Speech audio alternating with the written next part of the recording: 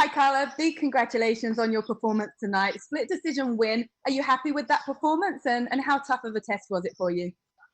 Um, I wish I would have done more and been able to secure more like takedowns and done more on my feet, but I'm happy with the win for sure. Well, it puts you on a 3-fight winning streak now. I mean, of course, I'm sure the route is back to fighting for the belt. What a great story that will be after being the inaugural champion. Where do you feel that you go next after this performance? I think a great fight for me is Claudia Gadelha. We had a very controversial split decision a couple years ago, and I called her out, and she's recently called me out. So I think that would be a great match to make. Absolutely. You've had some tough tests coming off the last fight and, of course, went to the split decision tonight. In terms of your own performance, you said you wanted more. What do you feel you could have done more in there tonight? I feel like I could have let go of my hands a lot more and just kind of gotten in more and just really like pushed the pace and you know just gone after it more. Was it difficult to get the takedowns? It was. I would definitely say she was very good at like moving on her feet and very elusive. Like she was good at keeping that social distance. Like every time I went in, she would like back up and just just kept that range. So it was a little pretty difficult to get her down. Everyone's been practicing that social distancing. It's playing out in the fight, hey? Talking of which, what was it like having no crowd in the arena? I know you've been used to tough and not particularly having too many people around with that, but when it comes to a big event like this, a pay-per-view, how did that feel? It was a little bit different because tough was we had such a short walk, and this was like the same walk we normally do, like that big long walkway, but just it was like I tried to tune people out, but it was weird not having to tune anybody out. It was a little strange for sure. Well, you always show us your toughness, and thanks for putting on a great show tonight. Best of luck with the next one. Thanks so much. Next, we have James Lynch from The Score. Hey, Carla, congratulations on the victory. When they said 30-27 on the scorecards, how nervous were you? Because you never really know with the judges sometimes. uh I'm not gonna lie, I was lightweight freaking out, because if somebody saw it like that one-sided, then it's kind of scary when another judge might think they got 2 rounds, or you never know. And I was definitely pretty worried, but fortunately they read him out pretty fast, so was able to get that win. You've been on a roll, like Caroline mentioned in that question, 3 straight fights. Has there been anything that you can cite that has really changed things for you? Because you've really looked incredible over these last couple fights. Thanks so much. Yeah, I think after I lost 2 in a row, that was my first time in my career ever losing 2 in a row. And to me, that meant I had to really step back, go to the drawing board, and make some adjustments and evolve. So I really just took a good amount of time off, and I think I made a lot of adjustments, and I think it's shown. And you mentioned Claudia Gadelha. She's actually fighting Angela Hill. Would you want the winner of that fight, or is there another opponent that would come to mind? Oh, I'll take the winner of that fight. I've actually fought both of them, so I'm definitely game for that. And last one for me, how close do you feel like you are to getting a shot at that title again? Because, it's a division that, right now is has a lot of contenders, but obviously you just fought tonight, so you're kind of on everyone's mind. I'm always trying to work my way towards that. I think I've always been, not too far away in the talks. I think, always about a fight away, or, I'm on a 3-fight winning streak. So, I'd love the opportunity to get back in there. This division is so deep and so tough. Like the top 5, top 10 is just always so, so difficult. And it's always like crazy fights and crazy wins. It's always being changed around. So you never know what can happen, but I would definitely love to have another shot. Thank you. Next, we have Heidi Fang Devine from Las Vegas Review Journal. Hi, Carla. I was curious, just from your end, you talked about being able to hear more. How much did it help you to hear the commentary? I had seen something that you kind of heard something Daniel Cormier said and you reacted to it.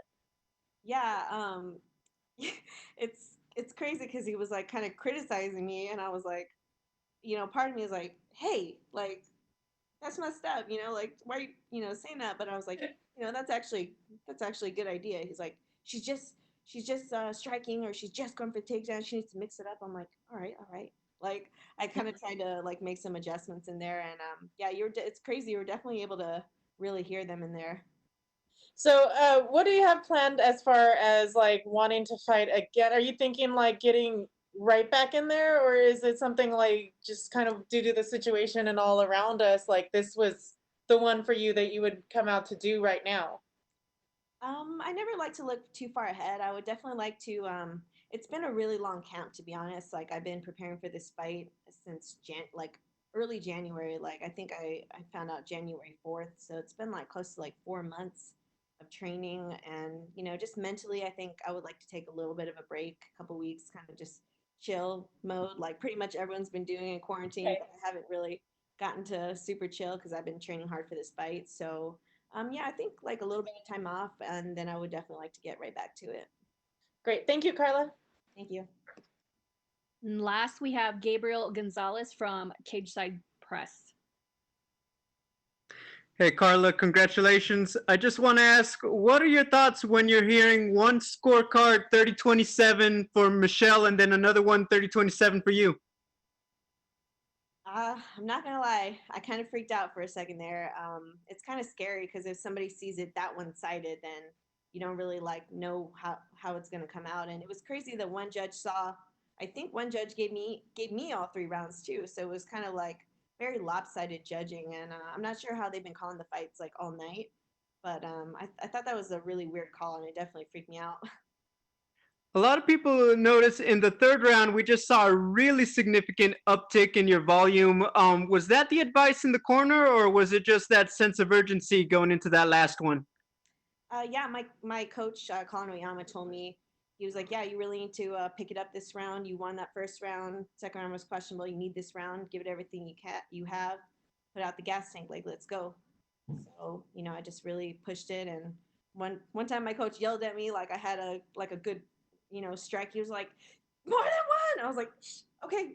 Like, so I really just try to put it together and listen to my coach. Finally, the fight was previously scheduled for the Portland card.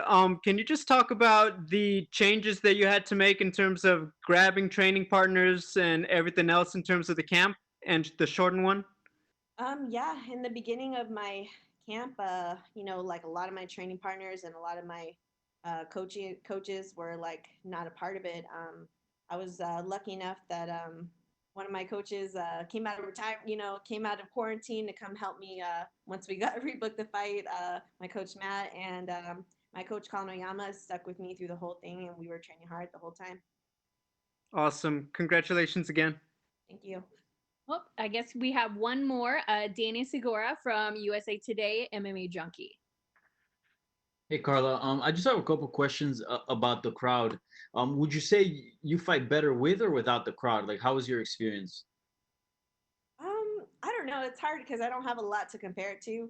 I mean, I had 3 great performances on The Ultimate Fighter, no crowd, and this performance was, so. So I don't know. I guess I'd have to I'd have to ask others like what they really think. And I haven't seen the fight yet, so I would say like I wish I would have done better this fight. Definitely the crowd I feel like can pump you up sometimes. Like if there's ever like like not much going on in the fight, they're like, let's go, hurry up, and I feel like that definitely pumps you up. Or if somebody's going for a submission or has like let's say I get on top and I land a nice elbow and they're like, yeah, like it really pumps you up. So I definitely miss fighting in front of a crowd, but hopefully, fingers crossed, this quarantine thing will be over sooner than later and next fight.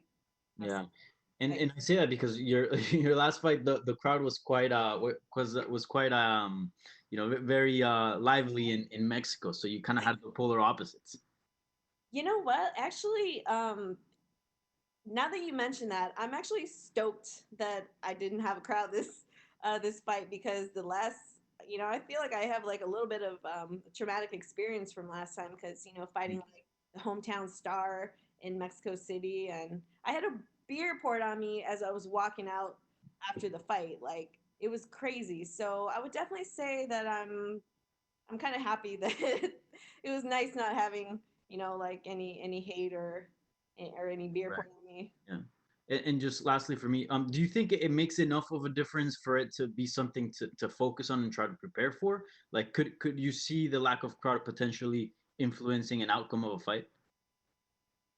You know, That's really hard because, how do you truly prepare to be in this scenario, like at Mhm. a fight, other than just being here? I mean, you can't replicate, a huge stadium. Like, it's not like we can go train, at a stadium because nobody's even allowed in these places. So, and it's at the gym, it's just usually your teammates. So I would say everything's worth trying to prepare for. Mhm. I would say it's probably pretty difficult to prepare for like a circumstance like this. Okay, thank you, Carla, and congrats. Thank you. Thanks for watching ESPN on YouTube. For live streaming sports and premium content, subscribe to ESPN Plus.